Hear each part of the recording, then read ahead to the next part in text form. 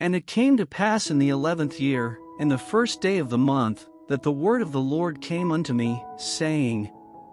Son of man, because that Tyrus hath said against Jerusalem,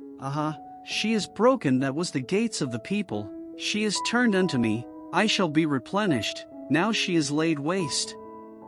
Therefore thus saith the Lord God, Behold, I am against thee, O Tyrus, and will cause many nations to come up against thee, as the sea causeth his waves to come up. And they shall destroy the walls of Tyrus, and break down her towers. I will also scrape her dust from her, and make her like the top of a rock. It shall be a place for the spreading of nets in the midst of the sea, for I have spoken it, saith the Lord God, and it shall become a spoil to the nations. And her daughters which are in the field shall be slain by the sword, and they shall know that I am the Lord.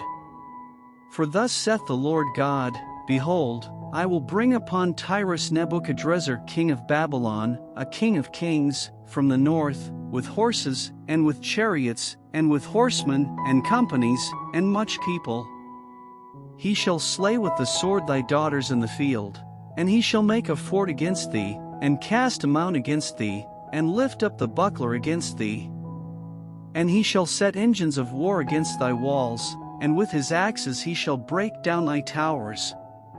By reason of the abundance of his horses their dust shall cover thee, thy walls shall shake at the noise of the horsemen, and of the wheels, and of the chariots, when he shall enter into thy gates, as men enter into a city wherein is made a breach.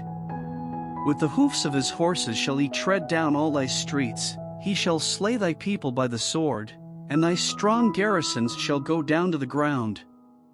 And they shall make a spoil of thy riches, and make a prey of thy merchandise, and they shall break down thy walls, and destroy thy pleasant houses, and they shall lay thy stones and thy timber and thy dust in the midst of the water. And I will cause the noise of thy songs to cease, and the sound of thy harp shall be no more heard. And I will make thee like the top of a rock, thou shalt be a place to spread nets upon, thou shalt be built no more, for I the Lord have spoken it, saith the Lord God. Thus saith the Lord God to Tyrus, Shall not the isles shake at the sound of thy fall, when the wounded cry, when the slaughter is made in the midst of thee? Then all the princes of the sea shall come down from their thrones, and lay away their robes, and put off their broidered garments, they shall clothe themselves with trembling, they shall sit upon the ground, and shall tremble at every moment, and be astonished at thee. And they shall take up a lamentation for thee, and say to thee, How art thou destroyed, that wast inhabited of seafaring men, the renowned city, which wast strong in the sea, she and her inhabitants, which caused their terror to be on all that haunt it. Now shall the isles tremble in the day of thy fall, yea, the isles that are in the sea shall be troubled at thy departure.